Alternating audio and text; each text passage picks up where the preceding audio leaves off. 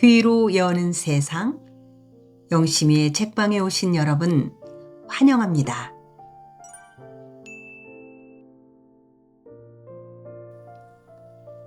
오늘 우리는 문순태 작가님의 연작 소설 징소리에서 네 번째 이야기 무서운 징소리 4편 중 첫 번째 이야기와 함께합니다. 지난 세 번째 이야기 말하는 징소리에서는 북장고 두드림서 사흘 굿턴 거보다 징치고 하루 굿턴 것이 낫다는 징제비, 칠보가 징을 잃고서 아무 징이나 치라고 하니 징소리는 쇠소리가 아니고 사람 소리라고 박 사장에게 말하지요. 말하는 징소리를 듣고 집 나간 아내 순덕이가 칠보증권으로 찾아갔지만 칠보기는 죽을 만치 얻어맞고 쫓겨났다고 합니다. 네 번째 이야기 무서운 징소리로 떠납니다. 무서운 징소리 문순태.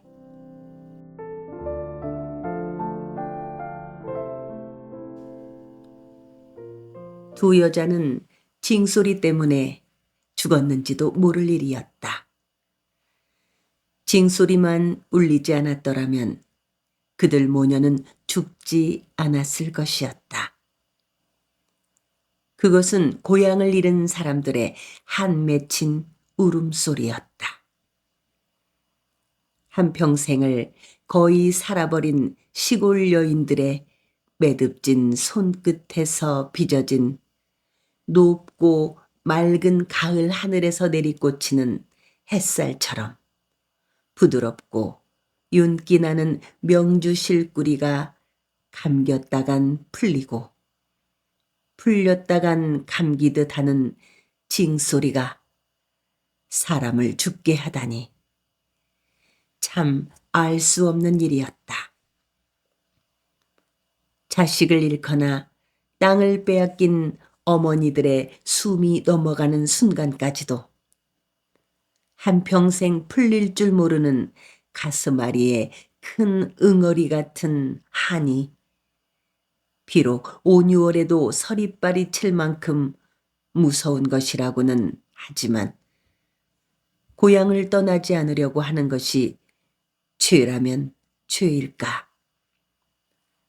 이 세상에 태어나서 남한테 담배 씨만큼도 해꾸지를 해본 일이 없는 그들 모녀를 죽게 하다니 정말 알 수 없는 일이었다. 그러나 허칠보기가 징을 칠 땐 아무도 원망하지 않았다.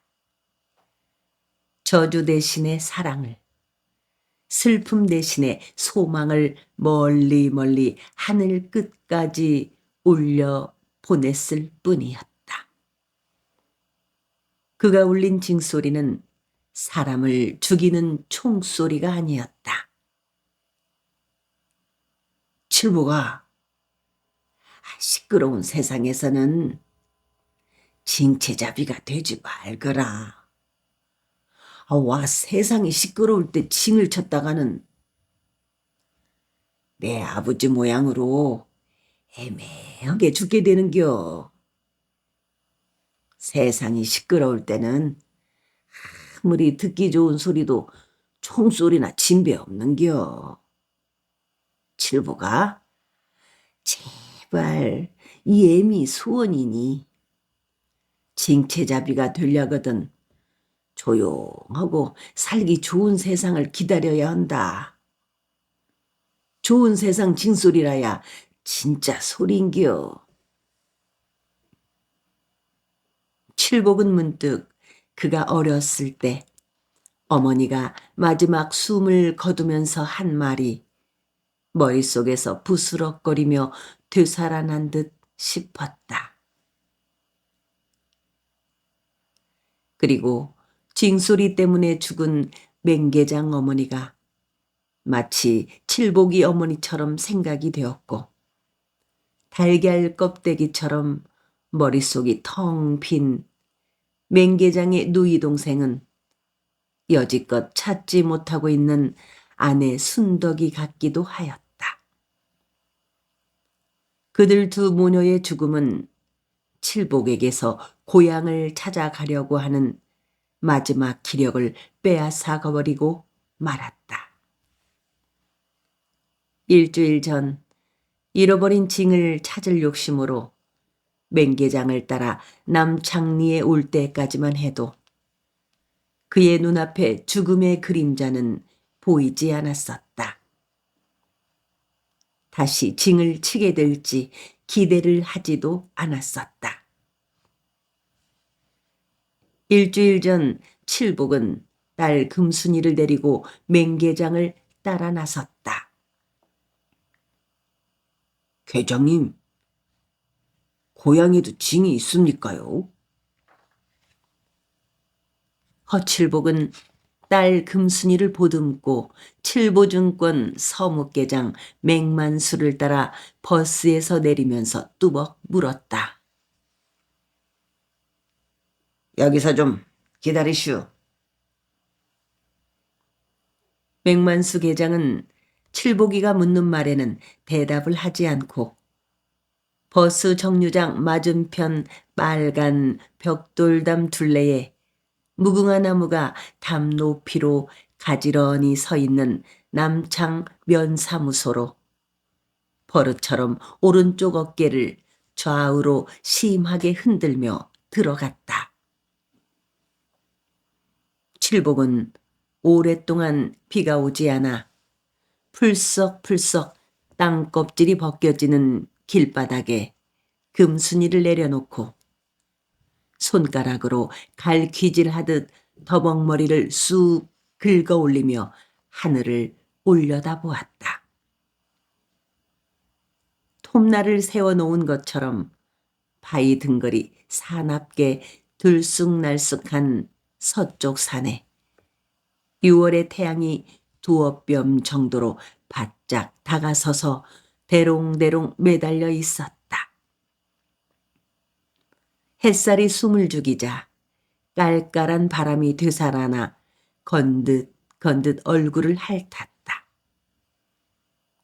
칠복은 처음 와본 곳이라 호기심의 눈망울을 굴리며 시골 면사무소 거리를 휘휘 둘러보았다.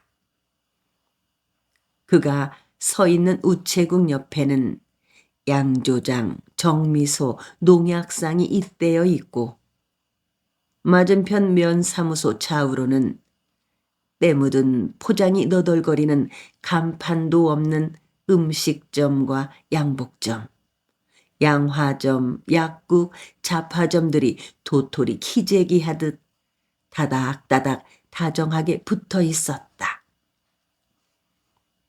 양조장 앞에는 하얀 플라스틱 술통을 가득 실은 경운기가 털털털 발동을 걸기 시작했고 정미소 모퉁이 햇볕에 시들어가고 있는 앙당그러진 꽝깡나무 옆엔 흰 털이 북실북실한 삽살이 한 마리가 헐떡거리고 혀를 길게 빼문 채 질질 침을 흘리며 누워 있었다.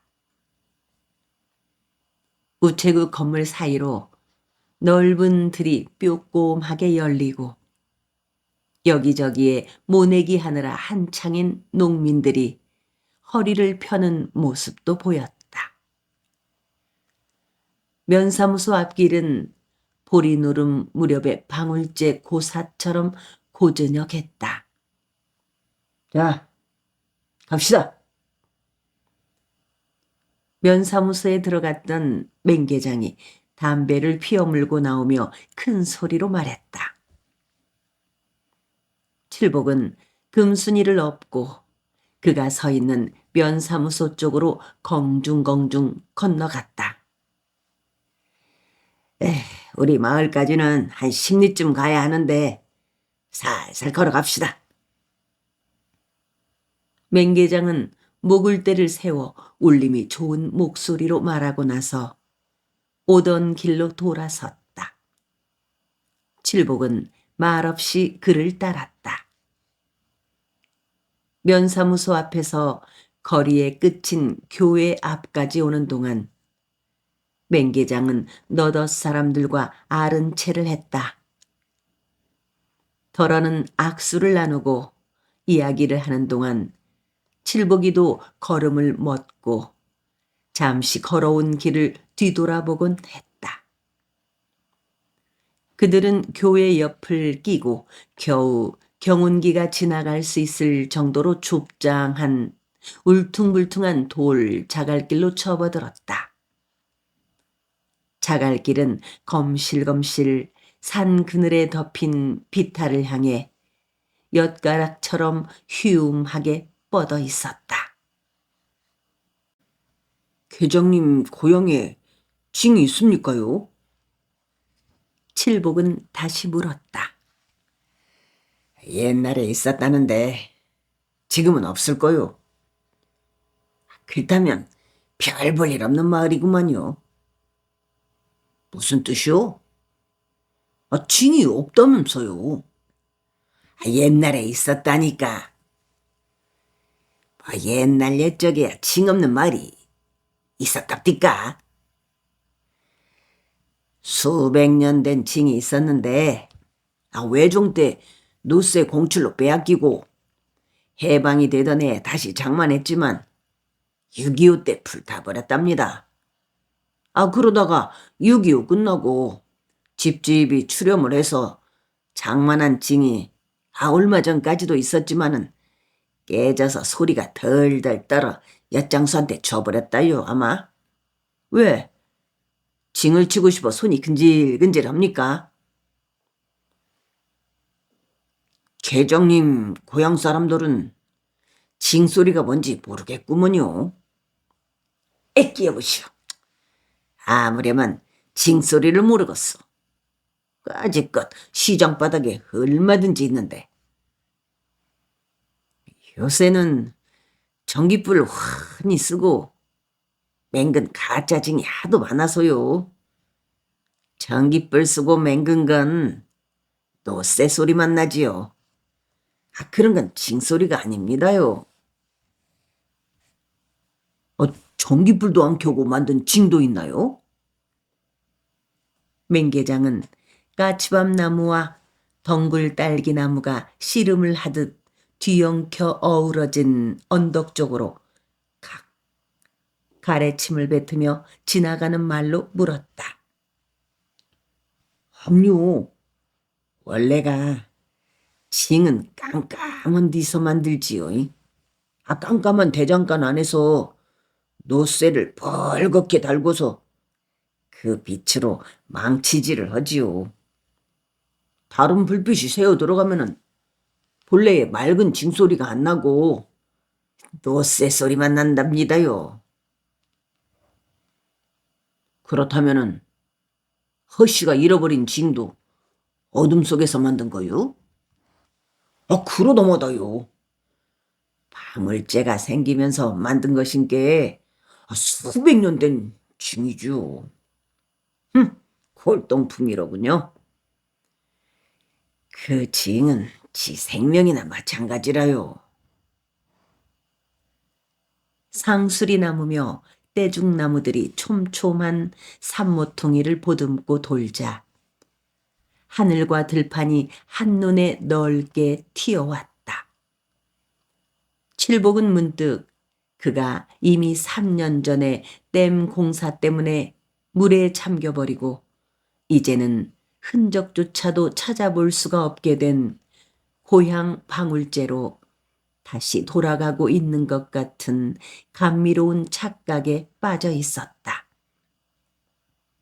멀리 뿌유스름한 산그늘에 한가롭게 옹기종기 모여있는 집들이 마치 바람 모퉁이에서 바라다 보이는 방울제처럼 정겨웠다. 두 팔을 벌려 한꺼번에 끌어안고 싶었다. 칠복은 지금 그가 남도에서 잃어버린 방울제의 혼이 담긴 징을 찾기 위해 맹계장을 따라가고 있는 거였다. 맹계장을 따라 나선 전날 아침, 칠복은 잃어버린 징을 찾아달라고 하소연을 하기 위해 경찰서를 찾아갔었다. 낡은 회색 건물로 용기를 내 들어간 그는 음침한 복도 첫째 방의 책상 위에 발을 올려놓고 두 손으로 신문을 들고 젖버듬이 앉아있는 체구가 큰 사람 앞으로 걸어가서 다짜고짜 징을 찾아달라고 떼를 쓰다시피 했었다. 이마가 훌렁 까지고 눈두덩이 두꺼운 방 안에서 제일 높은 사람이 분명한 주걱턱의 사내는 칠복의 울부짖는 듯한 목소리에 신문을 코밑으로 천천히 내리며 짜증스러운 듯 이맛살부터 찡등거렸다.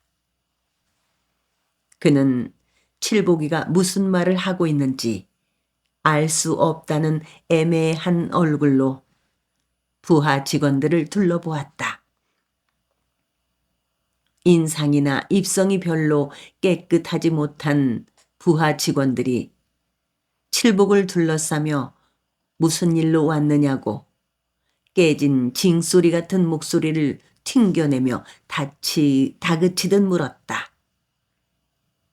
칠복은 그가 고향 방울제가 물에 잠기자 마을이 대대로 물려온 징 하나만을 챙겨 남도시로 나왔다가 식당 주방장과 배가 맞아 집을 나가버린 아내를 찾아 떠돌아다녔던 일이며 어찌어찌해서 운수 좋게 칠보증권의 사장 눈에 들어 칠보증권에서 수문장 노릇을 하면서 날마다 점심시간이면 11층 옥상에 올라가 징을 치며 목줄을 잇고 살아왔는데 어쩌다가 징을 잃어버려 밥줄마저 끊겨버린 이야기를 배꼽에 힘주어가며 어눌한 혀끝으로 애써 더듬지 않고 뇌까려댔다. 그제야 주걱턱의 높은 사람은 신기한 얼굴로 칠복의 얼굴을 신문을 들여다보듯 되작거려 짜짜시 살피더니 당신이 바로 날마다 점심때가 되면은 옥상에서 징을 치던 사람이로구만. 하며 입꼬리에 묘한 웃음을 흘리는 것이었다. 칠복은 주걱턱 사내의 씁쓸한 미소를 훔쳐보며 징을 찾을 수 있을지도 모른다는 한가닥 희망을 붙잡은 기분이었다.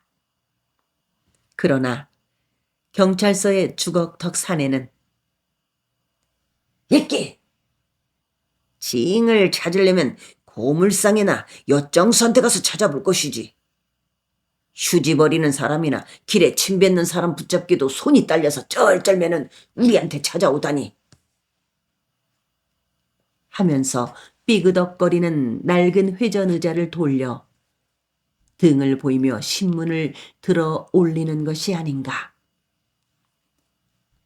칠복은 쫓겨나오다시피 하여 경찰서에서 떼밀려 나와 우두커니 길 가운데 서서 한여름 해가 대장간 시우쇠처럼 벌겋게 달아 이글거리는 칠보증권 회사의 11층 건물 꼭대기를 배고픈 눈으로 쳐다보고 있었다. 그때 우연히 맹계장을 만난 거였다.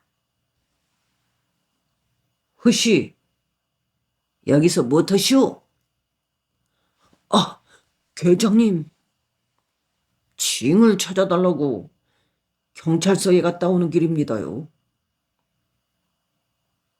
칠복의 대답이 끝나자 맹계장은 자동차가 내뿜는 매연이 안개처럼 뿌옇게 떠있는 6월의 하늘을 쳐다보며 한바탕 배꼽이 출렁이도록 웃었다. 칠복은 그의 웃음소리에 현기증 나는 공복을 느꼈다. 땡땡한 홀대바지 허벅지에 땅강아지처럼 찰싹 달라붙어 있는 그의 딸 금순이가 앙앙 울음을 터뜨리고 말았다. 그렇잖아도 허씨를 찾는 참이었소. 맹계장은 갑자기 웃음을 깨물어 삼키며 심각한 얼굴로 말했다. 계장님이 저를 못 댐쇼? 자세한 이야기는 우리 집에 가서 하기로 하고 나 좀 도와주시오. 허씨 증은 내가 찾아줄 거니께. 증을 찾아주신다고쇼? 그러면서 맹계장은 칠복이 부녀를 택시에 태워 시내에서 조금 떨어진 변두리, 잡목숲의 조그만 언덕바지가 마주 보이는 아파트 단지로 데리고 갔다. 승강기에서 내려 초인증을 누르자 잠옷바람에 예쁜 맹계장 부인이 손바닥으로 하품을 가리며 문을 열어주었다. 맹계장은 그들 부녀를 식탁에 앉히고 먹을 것부터 푸짐하게 내왔다. 계장님, 증은 어디 있습니까요? 허겁지겁 허기를 메운 뒤 칠복은 약간은 부끄럽고 한편으로는 잃어버린 징을 찾을지도 모른다는 설렘으로 칠보증권 사장실만큼이나 깨끗하게 잘 가꾸어 놓은 아파트 안을 두렷두렷 둘러보며 물었다. 허씨가 나를 도와주면은 내가 책임지고 증은 꼭 찾아주겠소. 나는 허씨의 증이 어디 있는지 대강은 알고 있으니까.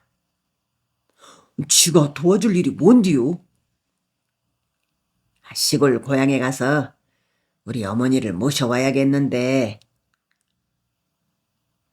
맹계장은 슬픈 얼굴로 설득력 있게 시골에 있는 그의 어머니 이야기를 해주었다. 그의 고향은 6.25 때 피해가 가장 컸던 장산군 유미였다. 어머니는 그가 5살 때 남편이 총살당하는 모습을 눈 번연히 뜨고 보았다. 남편을 잃고 집까지 소각당한 어머니는 이빨 응등 물고 소처럼 일을 하며 늙은 시부모 모시고 단 한 점의 혈육인 아들을 위해 살았다. 어머니의 억척으로 개미 금탄 모으듯 살림은 늘어났고 그 덕분에 그는 대학까지 나왔다. 대학을 졸업하자 칠보증권 회사에 취직을 했다. 대학에 다닐 때 사귀었던 부동산 투기를 해서 벼락부자가 된 부잣집 딸과 결혼을 하였고 올해 유치원에 들어간 큰아이와 2살 터울 밑으로 아들을 가진 둘만 낳아서 짭짤하게 잘 기르며 새 집 속의 비둘기처럼 단란하고 행복하게 살고 있다. 맹계장의 단 하나 걱정은 환갑이 넘도록 여태껏 시골에서 혼자 눌러 사는 늙은 홀어머니를 모셔오는 일이었다. 어머니는 처음부터 고향을 떠나올 생각을 하지 않았다. 홀랑이로 내 목을 감고 개새끼 모양 끌고 가봐라. 내가 어디 집을 떠나는가. 나는 죽어서도 고향에 살란다. 그가 이제 그만 고향을 떠나 손자들 재롱받으며 한데 모여 살자고 애원을 할 때마다 어머니는 눈을 휘둥그렇게 뜨며 울부짖듯 말했다.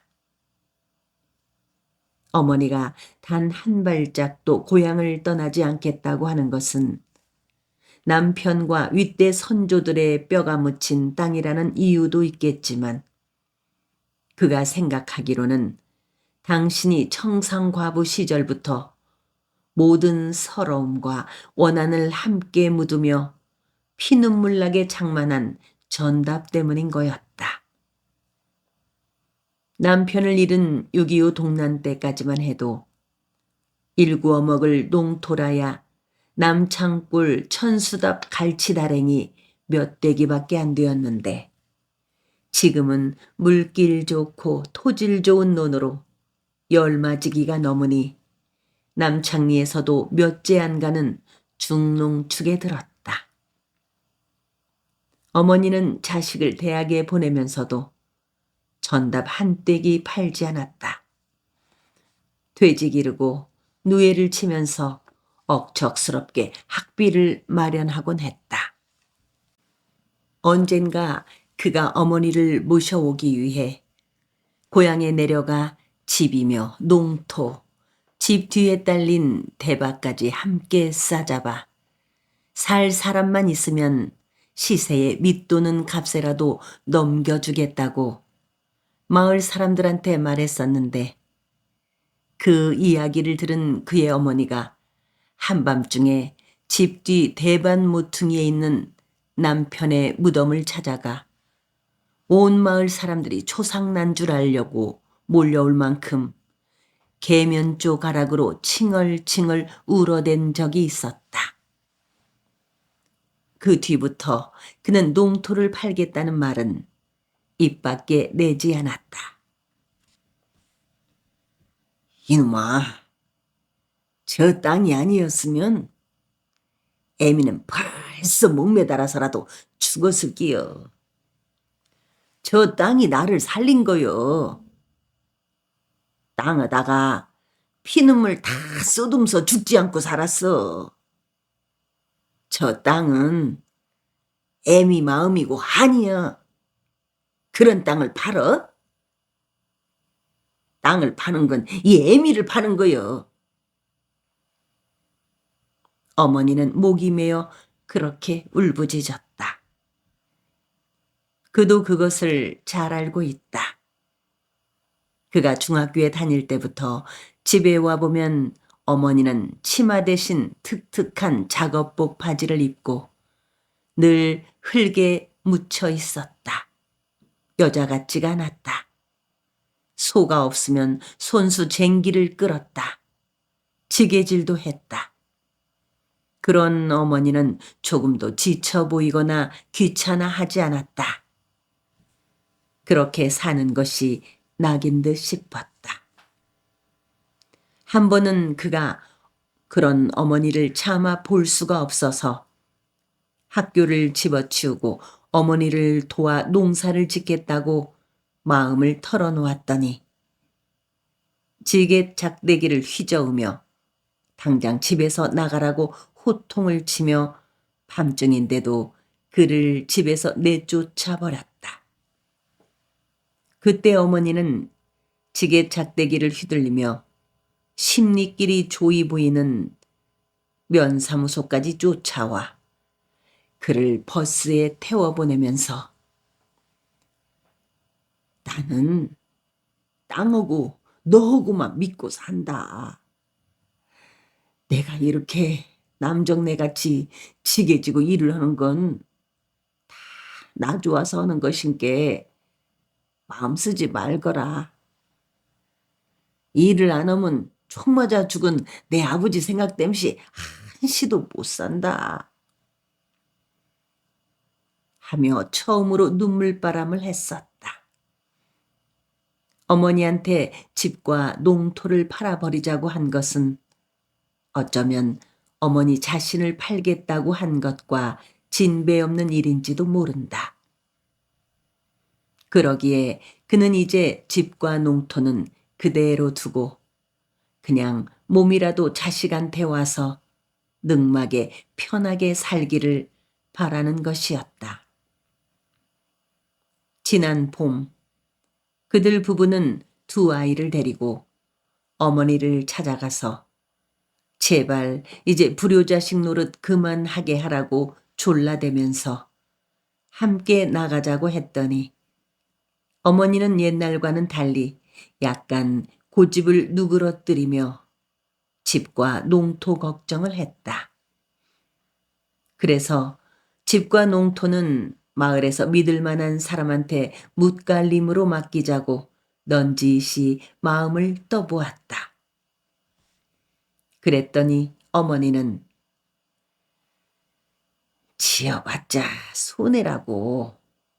자기 농사도 안 지으려고 하는 판인디 누가 뭇갈림을 맡겄냐. 이러다가는 농토가 모두 묵정밭이 될 것이다. 걱정이다. 하면서 선뜻 승낙을 해주지 않았었다. 그 뒤로 지금껏 그는 그의 고향에 있는 집과 농토를 떠맡을 사람을 찾고 있는 중이었다. 아니, 그렇다면은 내가 계장님 농사를 지으란 말입니까요? 칠복은 걸레 씹은 얼굴을 했다. 실소? 허씨한테는 농사 짓는 일이 적격인 것 같은데. 농사라면 1등가지요. 방울제 안에서 내 나무찜이 제일 컸으니까요. 하지만 농사보다 더 급한 일이 있습니다요. 징 찾는 일 말이요? 징도 찾아야겠고 마누라도 찾아야. 마누라만 찾으면 진흙밭에 혀를 받고 죽더라도 다시 땅을 파고 살 작정입니다요. 그렇다면 말입니다. 우리 어머니한테는 농사를 맡겠다고 해놓고 어머니를 모셔온 뒤로는 허시 알아서 쉬우. 농사는 어쩌고요? 칠복은 걱정스러운 얼굴로 맹개장을 보았다. 농사야 까짓것 상관없어요. 난 무슨 수를 써서라도 어머니를 모셔와야 합니다. 어머니만 모셔오면은 농토는 아무렇게 돼도 상관없어요. 그렇게 해주시겠소? 징은 내가 꼭 찾아주겠어요. 나는 허씨 징을 감춘 사람 알고 있어요. 누굽니까요? 과장이죠? 과장은 징소리를 싫어했어요. 칠복이가 와락 맹개장의 소매자락을 붙잡았다. 난 허씨 징소리 좋아했어요. 허씨가 친 징소리를 듣고부터는 시골에 홀로 계신 늙은 어머니를 어떻게 해서든지 모셔야겠구나 하고 결심했어요. 사실 나는 그동안 고향과 함께 어머니를 잊고 있었답니다. 징을 어디다 감췄습니까요? 징을 감춘 놈이 어느 놈일까요? 칠복은 싸움질을 하듯 맹개장의 소매자락을 흔들며 거듭 물었다. 징소리 제일 싫어한 사람이죠. 암튼 징은 내가 꼭 찾아줄 거니까 나를 좀 도와주시겠소? 그럴게요. 징만 찾아주신다면야. 징은 지 생명이고 방울제 혼입니다요. 다음 날 칠복이는 7살 난 딸 금순이를 옆구리에 꿰매고 맹개장을 따라 나섰다. 그는 오랜만에 방울제 고향으로 돌아가는 것처럼 가슴이 두근거렸다. 그곳에 가면 잃어버린 징과 그를 버리고 도망친 마누라가 있을 것만 같았다. 맹계장님은 어머님을 모셔오면은 고향하고는 담을 싸실 작정이세요? 칠복은 손으로 목덜미에 땀을 훔치며 물었다. 조상들 뼈가 묻혔으니 담이야 쌓겠소만은 아무래도 발길이 뜸해지겠죠? 어머님이 계실 때도 고향엔 가기가 싫었거든요.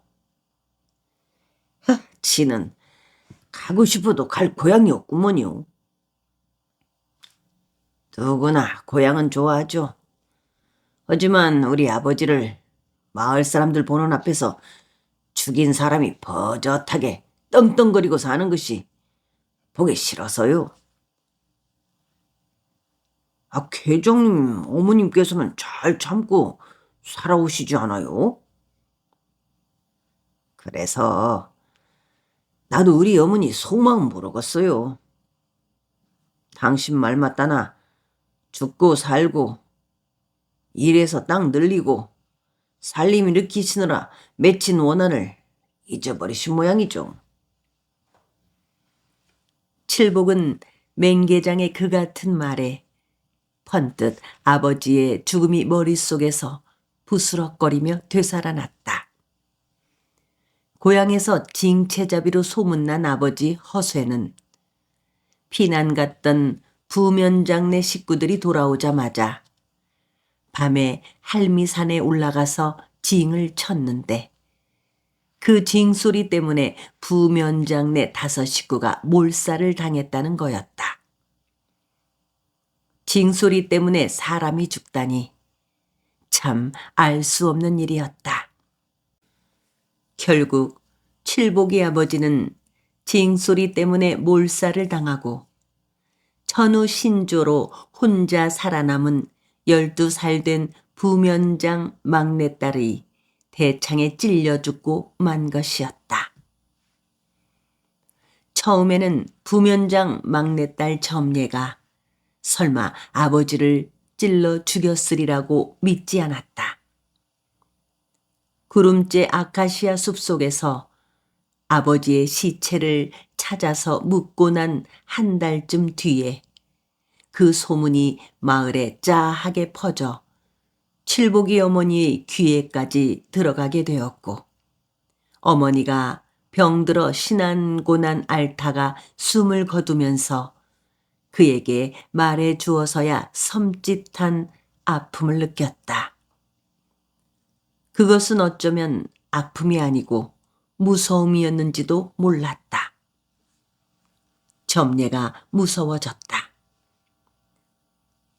저놈들이 내 가족을 죽인 사람들이다. 내 손으로 원수를 갚아라. 고 하면서 빨치산 토벌 대원이 대창을 내밀자 점례는 흰자위로 덮인 눈을 무섭게 치뜨며 대창을 받아들고 마을 사람들을 무섭게 노려보았던 것이었다. 7살밖에 안 되었던 칠복은 마을 사람들과 함께 돈단으로 나가 점례가 빨치산들을 찔러 죽이는 모습을 구경했다. 그때는 조금도 무서운 것 같지가 않았다. 사람의 죽고 사는 것조차 잘 구별되지 않았었다. 그는 아버지 어머니를 잃은 뒤에야 비로소 죽음이란 봄에 꽃이 피고 가을에 빨갛게 익은 감의 떨어짐보다 더 허무하다는 것을 알았다. 가을이 되어 떨어지는 장독 옆 접시 감나무는 다음 해에 어김없이 꽃이 피고 빨갛게 열매가 있곤 했지만 한 번 죽어버린 아버지 어머니는 다시는 그 모습을 나타내지 않았다. 죽음의 아픔을 깨닫게 되면서부터 빨치산과 아버지를 대창으로 찔러 죽인 점례가 죽은 사람보다 더 무서워졌다. 칠복은 점례만 보면 미리 겁을 집어먹고 지싯지싯 숨거나 도망을 치곤 했다. 점례는 염소의 눈처럼 흰자위를 허옇게 뒤집어 쓴 무서운 얼굴로 자주 꿈에 나타났었다.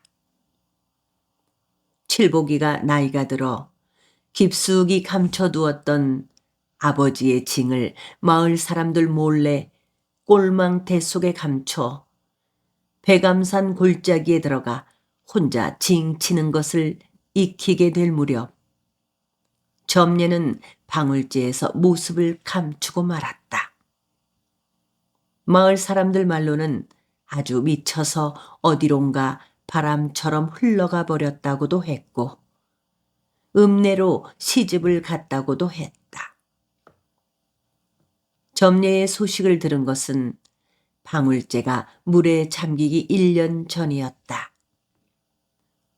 직접 만나서 술까지 같이 마셨다는 덕칠이의 말로는 점례는 순창 장터 옆에서 올남전에 참전했다가 2다리가 잘린 아들과 함께 연금으로 근근히 살아가고 있더라고 했다.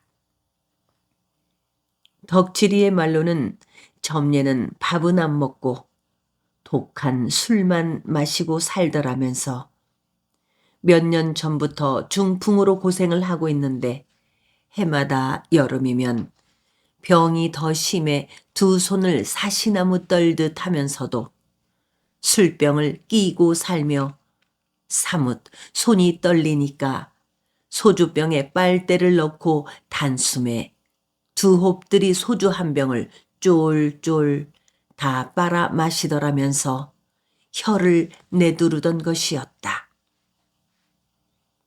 칠복은 그렇게 아버지가 죽은 내력을 알고 있지만 고향 방울제가 무섭거나 싫지가 않았다. 그것은 어쩌면 맹계장 어머니와 같은 마음일지도 모른다고 생각했다. 맹계장 어머니가 땅을 늘리는 재미로 남편을 잃은 원한을 잊고 살아온 것처럼 칠복이 역시 비록 땅을 그렇게 많이는 늘리지 못했지만 그런대로 땅에 정이 들어 아버지를 죽인 점례나 아버지를 애매하게 끌고 간 사람들에 대한 미움이나 원망이 그렇게 뼈끝에 맺혀오지는 않았었다. 앙당그러진 아기 다박 소리, 듬성듬성한 산비탈에서 푸두둑 꿩이 날고 신장로 아래쪽 가뭄으로 물비린내를 풍기는 둔벙에선 쇠뜸부기가 후루룩 후루룩 울어댔다. 꿩이 날개를 치고 쇠뜸부기가 울 때마다 칠복은 걸음을 멈추어 서곤 했다. 그것은 그의 징소리만큼이나 반가웠다. 칠복은 여러 차례 반복해가며 크게 숨을 들이마시고 콧구멍을 벌름거리며 냄새를 맡았다. 새콤하고 들척지근한 흙의 냄새가 찌릿찌릿 핏줄 속으로 파고들어왔다. 그는 흙냄새만 맡고도 비옥한 땅이라는 것을 그냥 알 수가 있었다. 신장로가의 풀과 비탈의 나무 냄새도 맡았다. 엷은 초록색 꽃이 피는 갈퀴덩굴, 개비름이며 통꽃이 피는 초롱꽃풀, 발행이, 엉겅퀴, 쇠무릎, 강아지풀, 둥글레, 된장에 무쳐 먹는 옥매드 풀까지도 냄새로 죄 알 수가 있었다. 들에서 고향 방울제 냄새도 났다. 햇살이 숨을 죽이는 하늘의 냄새까지도 맡았다. 칠복은 찌릿찌릿 그의 핏줄 속으로 뚫고 들어오는 많은 냄새에 취했다. 첨벙첨벙 논으로 뛰어들어가고 싶었다. 온몸에 흙으로 자멱질을 하고 싶었다. 칠복은 문득 순덕이한테 장가를 든 지 2년 후에 머슴살이 3경을 모아서 처음으로 땅을 장만했을 때에 감격이 살아난 듯 싶었다. 물길이 멀어 가뭄만 되면 농사를 망치게 일수인 7 돼지기 칼뱀이 논의 흙이 그렇게 부드러울 수가 없었다. 볼에 비벼본 칼뱀이의 흙은 아내 순덕이의 살결만큼이나 부드럽고 구수한 호박꽃 향기가 풍겼다. 그런데 이상하게도 들에는 일하는 사람들이 별로 눈에 띄지 않았다. 고사리도 꺾을 때 꺾고 술은 괴일 때 걸러야 한다는 푼수로 보리배고 모를 내는 하지 전후에는 부직갱이도 덤벙인다는데 들에 일하는 사람이 없으니 어찌된 영문인지 몰랐다. 논마다 배지하는 보리모개가 시들시들 고스러지고 보리를 심지 않은 문호는 아직 썰에도 들어가지 않았다. 늦은 밥 먹고 파장 가려고 흐르는지 원. 날아가는 새라도 불러다가 일을 시키고 싶을 정도로 한창 바쁜 철에 늑장을 부리고 있는 이유를 알 턱이 없는 칠복은 그저 마음이 답답하기만 했다. 맹개장을 따라 밋밋한 상수리나무 숲 모퉁이를 지나자 칠복은 발걸음을 늦추며 손바닥으로 눈썹 차양을 만들어 미루나무들 가지 사이에 시선을 팽팽하게 던졌다. 그의 눈길이 닿는 곳에 바다처럼 넓은 방죽이 숨을 거두려는 마지막 햇살을 담뿍 받고 있었고 고무보트를 탄 수많은 사람들이 수면에서 물장구 치듯 꿈지럭거렸다. 아니, 이 바쁜 통에 무슨 지랄들이랍니까요? 칠복이가 화난 목소리로 물었다. 돈벌이를 하는 겁니다. 돈벌이라뇨? 순채를 뜯으면 하루 10,000원벌이가 된다오. 원래? 칠복은 경악을 금치 못하는 눈으로 큰 호수에서 고무보트를 타고 순채의 떡잎을 뜯는 마을 사람들을 찔러보았다. 천벌을 받을 사람이네요. 농사꾼이 농사 지을 생각은 안 오고. 농사 짓는 것보다 벌이가 좋아서 그런다오. 그런다고 농토를 버려요? 농사꾼한테는 땅이 하늘인 거유. 사람이 하늘을 버리면 어찌 되는 줄 알아요? 허이, 허씨도 참 답답하구먼. 농사는 지어봤자 손해만 나고, 그럴 바에야 돈벌이가 좋은 순채를 뜯는 게 이익이 아니오. 계장님은 몰라서 그래요. 농사꾼이 어디 장사하는 사람들이요? 손해 이익을 따지게. 농사꾼이란 그런 거 생각 않고 농사를 지어야 하는 법이라오. 순채를 뜯으면 몇십 년을 뜯겠어요. 하지만 농사는 우리 할아버지 그 윗때부터 시작해갖고 우리 손자들의 손자들 때까지 계속 올 거 아닙니까요? 농사꾼이 눈앞에 이끝만 생각하고 땅을 버리고 농사를 포기하면 벌 받지요. 하긴 순채 뜯는 것도 올해가 마지막이랍디다. 이 마을 사람들 지난 3년 동안 짭짤하게 돈 좀 벌었을 거요. 그래서 장상군에서 제일 소득이 높다고 고소득 마을이 됐다고. 도지사한테서 상도 타고 신문에도 대문짝하게 났는데. 두고 보십시오마는 내년부터는 군안에서 제일 소득이 낮은 마을이 될 겁니다요. 그래도 길게 믿을 건 농사밖에 없어요. 순채 뜯어갖고 쌈박하게 돈 버는 건 장사꾼들이나 할 일 아니요?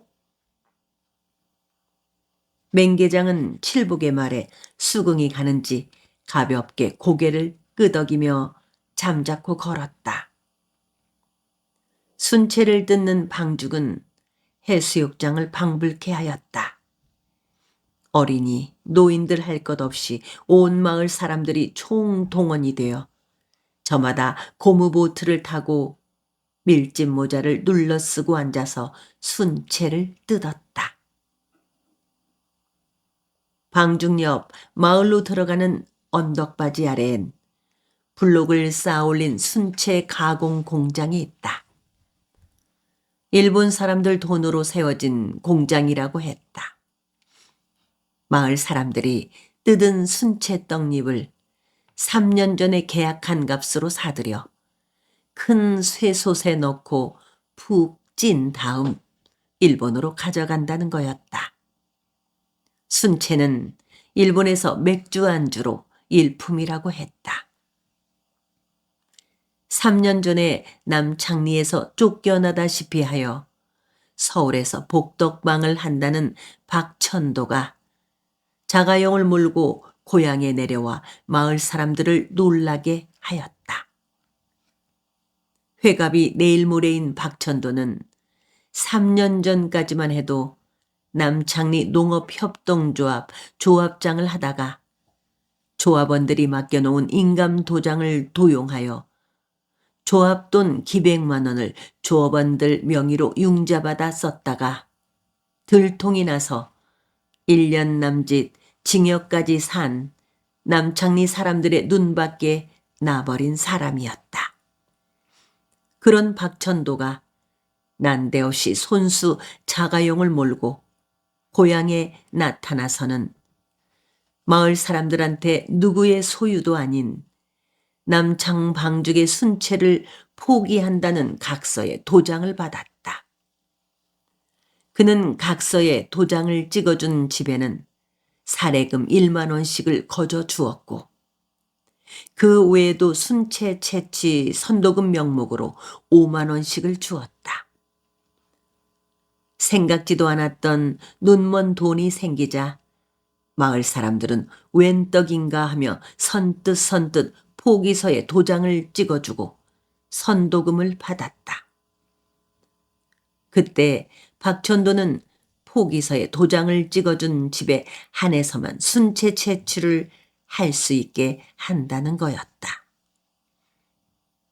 마을 사람들 생각에 마을 앞 남창 방죽은 누구의 소유도 아니고 더구나 방죽에 저절로 돋아난 순채에 대해서는 아무 관심도 없었는지라 예기치 않은 돈을 거저준 박천도가 하느님처럼 고맙기만 했던 것이다.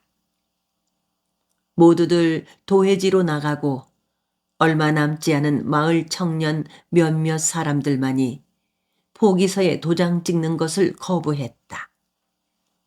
3년 전에 도장을 도용하여 마을 사람들을 골탕 먹인 박천도가 또 무슨 꿍꿍이 수작을 꾸미는 것이 분명하고 결코 양심이 바르지 못한 그가 마을 사람들한테 포기 서명 사례금이니 채취 선도금이니 하며 적잖은 돈을 뿌리는 것을 보면 순채 채취에 큰 돈벌이가 숨어 있는 모양인데 그렇다면 경위를 잘 알아보고 순채 채취로 돈벌이를 할 수 있다면 이것은 누구 한 사람만 좋은 일 시켜서는 안 되고 마땅히 마을 사람들의 공동 이익을 추구해야 된다고 맞선 것이었다. 그러나 우선 먹기는 꽃감이 달다는 푼수로 대부분 마을 사람들은 일부 청년들의 주장을 무시해버렸다. 아니, 돈 싫다는 놈들 처음 봤구만. 박천도가 돈 버는 게 배가 아파서 생트집인 게요. 마을 사람들은 되레 청년들을 나무람하였다. 박천도가 말한 대로 그의 봄에 남창 방죽 옆에 순채 가공 공장이 들어서고 순채 채취가 시작되었다.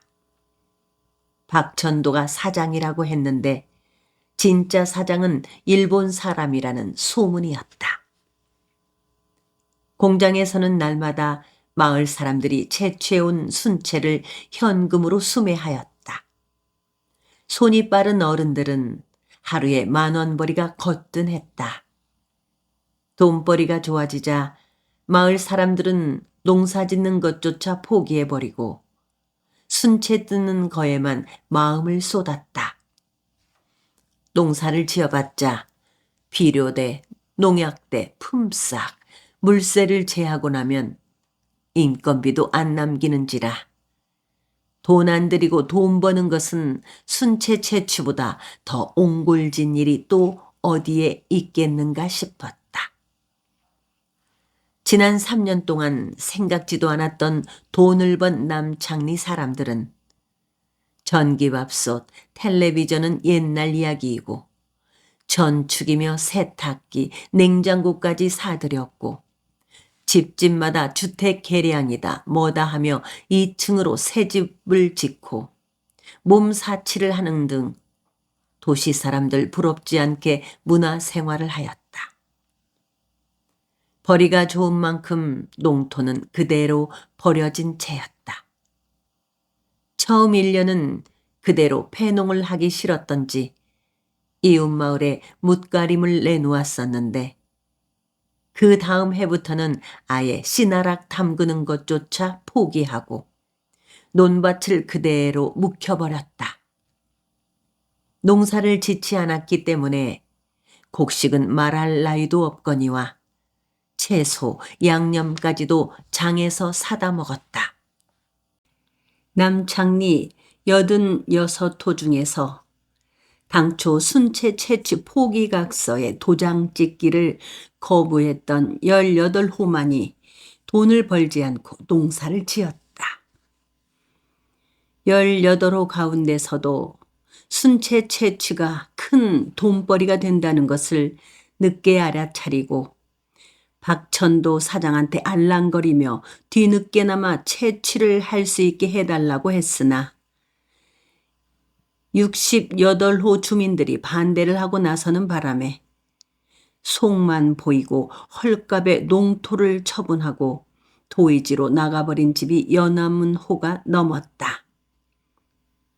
장상군 안에서 소득이 가장 높아 신문에까지 난 남창리는 해마다 이 농자가 늘어났다.